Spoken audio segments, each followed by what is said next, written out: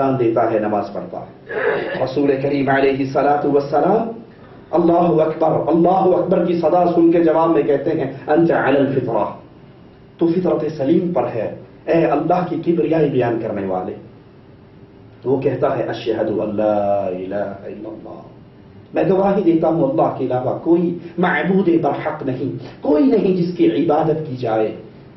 اللہ کے پیارے حبیب کی پردہ سماعت سے یہ جملے ٹکراتے ہیں، زبان مبارک آواز لگاتی ہے نجوت من النار، لا الہ الا اللہ کہہ کر توحید کو تسلیم کر کے عقیدہ توحید پر ایمان لا کے اے جنگل کے باسی، اے بکریوں کے چرواہے، محمد کریم علیہ الصلوۃ والسلام گارنٹی دیتے ہیں نجوت من النار، تو توحید کے یہ جملے کہہ کے جہنم سے نجات پا چکا ہے۔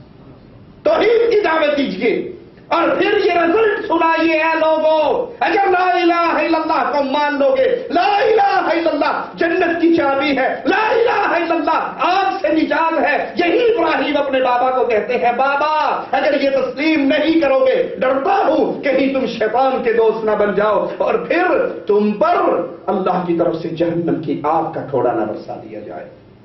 لیکن یاد رکھنا وہ اس دور کا مشرک ہو یا اس دور کا مشرک، جب بھی اہل شرک، شرک کے دعات، شرک کے داعی، شرک کی طرف بلانے والے، اس دعوت کو پھیلانے والے دلائل کے سامنے جب بھی لاجواب ہوئے، جب ان کے دلائل ختم ہوئے، ان کی آخری بات، وہ اس دور کا مشرک ہو یا اس دور کا مشرک یا قیامت تک آنے والا کوئی مشرک ہو، جب بھی وہ دلائل کے سامنے لاجواب ہوتا ہے تو پھر فوراً آواز لگاتا ہے، مشرک کا آواز گونجتا ہے، اس کو مار ڈالو، اس کو قتل کر دو، اس کو بستی سے نکال دو۔ یہی ابراہیم کا بابا جواب میں کہتا ہے قال اراغب انت عن آلہتی یا ابراہیم، اے ابراہیم تیری یہ دعوت، لا الہ الا اللہ کی یہ پکار، تیرے یہ جملے کہ جن کو تم پوچھ رہے ہو، جن کے سامنے سجدہ ریز ہو، جن کا طواف کیا جا رہا ہے، جن کے لیے نذر و نیاز دی جا رہی ہے، جس کے لیے قربانی اور ذبح کیا جا رہا ہے، یہ سن نہیں سکتے، دیکھ نہیں سکتے، نفع نقصان کے مالک نہیں۔ قال راغب، اے ابراہیم تو مجھے میری قوم کو ہمارے بتوں کی عبادت سے دور کرنے کے لیے آیا ہے، ان سے نفرت دلوانے کے لیے آیا ہے۔ یہی جواب نوح علیہ الصلوۃ والسلام کی قوم نے دیا تھا۔ اس نوح کے کہنے پر پنجتن پاک کو نہ چھوڑ دینا، ود سوا یعوس یعوق نصر کی عبادت سے باز نہ آ جانا اس کے پیچھے لگ کر۔ ہر دور کے مشرک کا جواب جب وہ دلائل کے سامنے لاجواب ہوتا ہے، ابراہیم کے باپ بھی کہہ رہے ہیں لئن لم تنتہی، اگر تو باز نہیں آئے گا میں تجھے مار ڈالوں گا، میری آنکھوں سے دور ہو جا، میری بستی کو چھوڑ دے، میرے سامنے سے دفع ہو جا۔ تیری یہ دعوت ہمارے بزرگوں کے خلاف دعوت ہے، تیری یہ دعوت ہمیں ہمارے بزرگوں سے متنفر کرنے کی دعوت ہے، ہم نہ تیری دعوت کو تسلیم کرتے ہیں نہ تجھے اپنی بستی میں رہتا ہوا دیکھنا برداشت کرتے ہیں۔ لیکن اہل ایمان کا وتیرہ رہا ہے لوگوں، اہل توحید کا وتیرہ رہا ہے۔ دنیا ان کی ساری لٹ جائے لٹا لیتے ہیں، لیکن اللہ کی توحید سے اپنا دامن نہیں توڑا کرتے۔ عبد الرحمن ابن عوف رضی اللہ عنہ وارضاہ مکہ سے نکل رہے ہیں، کفار مکہ آ کر پکڑ لیتے ہیں، سسرالیے آ کر پکڑ لیتے ہیں، کہاں جاتے ہو؟ کہا مدینے جاتا ہوں۔ کہا یہ بیوی تمہاری ہماری بیٹی ہے، اس کو رکھنا ہے تو مکے میں رہو، مدینہ جانا ہے تو بیوی چھوڑ کر جانا پڑے۔ بیوی بھی گئی، اولاد بھی گئی۔ اہل مکہ نے کہا یہ مال تم نے مکے کی گلیوں سے کمایا تھا، اگر یہ مال لینا ہے تو مکے میں رہنا ہوگا، اگر مکہ چھوڑنا ہے تو مال چھوڑنا پڑے گا۔ لیکن اہل ایمان، اہل توحید دنیا کی کسی قربانی کے سامنے جب اللہ کی توحید کو لاتے ہیں تو پھر ہر چیز انہیں حقیر نظر آتی ہے، ہر چیز کو چھوڑ کر اللہ کی توحید سے وفا کیا کرتے ہیں۔ باپ نے یہ کہا، ابراہیم علیہ الصلوۃ والسلام اپنے باپ سے، اپنے گھر سے جدا ہوتے ہیں اللہ کی توحید کی دعوت کو اپنے سینے میں دفن کر کے۔ مصعب بن عمیر رضی اللہ عنہ وارضاہ اپنے سگے بھائی کو ایک انصاری کے ہاتھوں گرفتار ہوتے ہوئے دیکھ کر کہتے ہیں انصاری کو، اے میرے انصاری بھائی، اللہ کے اس دشمن کو مضبوطی سے باندھنا، اس کی ماں کے پاس بڑا مال ہے، ہمیں بہت کچھ ملے گا. وہ بھائی ماں جایا تڑپ اٹھتا ہے, کہتا ہے میرے بھائی, میری ماں جائے, میرے بچپن کے دوست, تو میرے دشمن کو کہہ رہا ہے بھائی اور مجھے کہہ رہا ہے دشمن؟ میں تیرا بھائی ہوں, میں تیری ماں جایا ہوں. وہ کہتے ہیں جب تو نے لا الہ الا اللہ کا اقرار نہیں کیا, اس توحید کی کو تسلیم کیے بغیر تو میرا بھائی نہیں ہے. جس نے لا الہ الا اللہ پڑھا ہے یہ انصاری میرا بھائی ہے, تو اللہ کا دشمن ہے. جو اللہ کا دشمن ہے وہ مصعب کا بھی دشمن. ابو عبیدہ بن جراح رضی اللہ عنہ وارضاہ, بدر کا معرکہ ہے, کفار کے لاشوں پہ لاشیں گراتے ہیں, ان کا باپ ان کے اور کفار کے درمیان میں حائل ہو جاتا ہے. ابو عبیدہ امین امت دامن کتراتے ہیں اور پھر کفار پہ حملہ کرتے ہیں. باپ کفار کی طرف سے ہے, یہ محمد کریم صلی اللہ علیہ وسلم کی طرف سے. کئی مرتبہ ایسا ماجرا ہوا, اور جب باپ ان کے سامنے آ کر کھڑا ہو گیا, اب کوئی راستہ نہیں رہا, وہ درمیان میں حائل ہے. ابو عبیدہ تلوار کو بلند کرتے ہیں, باپ کے سر پہ مارتے ہیں, اس کی سر کی ہڈی کو 2 حصوں میں بانٹ دیتے ہیں, اور ان کا عمل اعلان کرتا ہے جو لا الہ الا اللہ کا دشمن ہے وہ مواحد کا دوست نہیں ہوا کرتا, بھلے باپ ہی کیوں نہ. عبد الرحمن نے کہا تھا بابا 3 موقع بدر میں ایسے آئے, تلوار کو اٹھایا تیرے چہرے کو دیکھا, بابا سمجھ کے تلوار کا روک لیا. باپ نے جواب میں کہتے ہیں بیٹا خوش نصیب ہے کہ تیری گردن میری تلوار کے نیچے ایک مرتبہ بھی نہیں آئی, اور اگر تیری گردن میری تلوار کے نیچے ایک مرتبہ آ جاتی, لخت جگر میں سمجھتا رب رسول کا دشمن سمجھ کے کاٹ ڈالتا.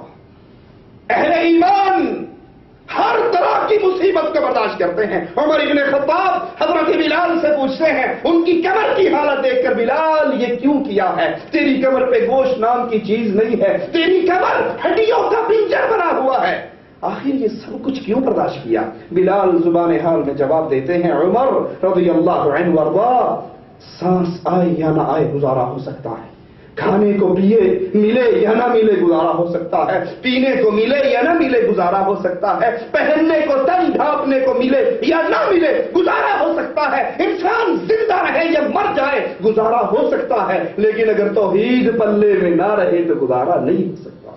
یہ ساری مصیبتیں میں نے لا الہ الا اللہ کمانے کے لیے کی ہے, برداشت کی ہیں. ابراہیم باپ کا جواب سننے کے بعد باپ کو بھی چھوڑ دیتے ہیں, قوم کو بھی چھوڑ دیتے ہیں. اندازے پر غور کیجئے, الفاظوں پہ غور کیجئے. ابراہیم علیہ السلام اپنے باپ کو, اپنی قوم کو دعوت دیتے ہیں, باپ سے نکلتے ہیں, قوم کے سامنے آتے ہیں. اذ قال لأبیہ وقومہ ما تعبدون, ابراہیم علیہ السلام اپنے باپ سے, اپنی قوم سے سوال کرتے ہیں, ما تعبدون, تم کس کی عبادت کرتے ہو؟ عبادت وہ اعمال جو خالص اللہ عز و جل کے لیے کیے جائیں عبادت کہلاتے ہیں. نماز اللہ کے لیے ہے نا, رکوع اللہ کے لیے, قیام اللہ کے لیے, سجدہ اللہ کے لیے, توکل اللہ پر, بھروسہ اللہ پر, امید اللہ سے, خوف جیسا اللہ سے ویسا کسی اور سے نہیں, محبت جیسی اللہ سے ویسی کسی اور سے نہیں. ابراہیم پوچھتے ہیں تم کن کو پوچھتے ہو, تم کن کی عبادت کرتے ہو؟ قالوا نعبد اصناما, ہم تو بتوں کے پجاری ہیں. خود پتھر اٹھاتے ہیں, اس کو تراشتے ہیں, اس کو نہلاتے ہیں, اس کو اپنے عبادت خانے میں رکھتے ہیں اور اس کے سامنے جھک جاتے ہیں. کیا آج ہماری قوم کا یہی حال نہیں ہے؟ وہی شرک کا منظر جو دور ابراہیمی میں نظر آتا ہے کہ آپ کے اور ہمارے معاشرے میں نظر نہیں آتا. پیر جی مر جاتے ہیں, بابا جی مر جاتے ہیں, کتنے بڑے کیوں نہ ہو, کتنے پہنچے ہوئے کیوں نہ ہو, مرنے کے بعد انہوں نے 12 سال کی ڈوبی ہوئی کشتیوں کو کیوں نہ پار لگایا ہو, وہ بات کی قصے ہیں. لیکن جب مرتے ہیں, جب ان کی آنکھیں بند ہوتی ہیں, اللہ کے لیے غور کیجئے اور دور ابراہیمی کے شرک کو لے کر آج کے دور میں مقارنہ کیجئے. وہ اور ہم کیا اس شرک کی راہ پر برابر نہیں ہے؟ انسان مر جاتا ہے, زندہ اس کے کپڑے کاٹ کے اتارتے ہیں, وہ بھی پتھر اٹھا لاتے ہیں اور اس کو تراشتے ہیں. یہ زندہ کے کپڑے کاٹتے ہیں, اس کو چادروں میں لپیٹتے ہیں, غسل دیتے ہیں, چادروں میں لپیٹتے ہیں, کندھوں پہ اٹھاتے ہیں. وہ پتھر بھی پہاڑ سے خود چل کر نہیں آ سکتا, یہ لاش بھی اپنے گھر سے چل کر قبرستان نہیں جا سکتی. سارا کچھ کر کے نہلایا دھلایا، نیا ڈریس نیا لباس پہنایا، کندھوں پہ اٹھایا، قبر پہ رکھا، اب اس کو اندر ڈالنا ہے، یہ خود چھلانگ مار کے، جتنے بڑے حضرت ہوں خود نہیں جا سکتے، یہ محتاج ہیں چند آدمیوں کے جو اس کو اٹھائے اور اس کی قبر کے اندر اتار دیں، مٹی ڈالنے پر بھی یہ محتاج ہیں۔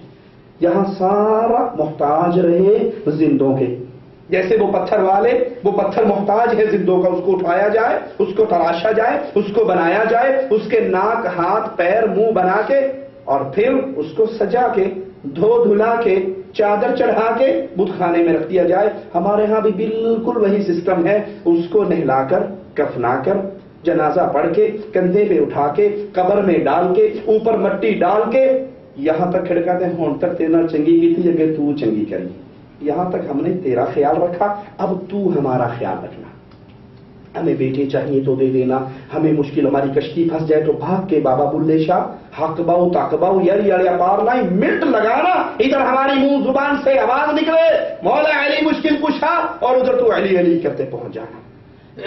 وہی عقیدہ جو ان کا تھا وہی آج کے دور میں ہے۔ ابراہیم علیہ السلام جب ان سے پوچھتے ہیں وہ جواب میں کہتے ہیں قالوا نعبد، ہم عبادت کرتے ہیں اسنامن، بتوں کی عبادت کرتے ہیں، ہم ان کے لیے مجاور بن کے بیٹھتے ہیں۔ یہ مجاوری، یہ گدی نشینی، یہ سجادہ نشینی یہ آج کی نہیں ہے، یہ اس دور کے مشرکوں کی رسم ہے، ہم ان کے لیے مجاور بن کے بیٹھتے ہیں۔ ابراہیم علیہ السلام ان کو دعوت توحید دیتے ہوئے کھلی ہوئی عقل کی باتیں کرتے ہوئے سوال کرتے ہیں قال هل يسمعونكم اذ تدعون، جب تم ان کو پکارتے ہو کیا یہ جواب دیتے ہیں؟ جب تم ان کو پکارتے ہو یہ جواب دیتے ہیں؟ اللہ اکبر۔ او ينفعونكم او يضرون، تمہیں نفع دیتے ہیں، تمہیں نقصان دیتے ہیں؟ وہ جواب میں کیا کہتے ہیں؟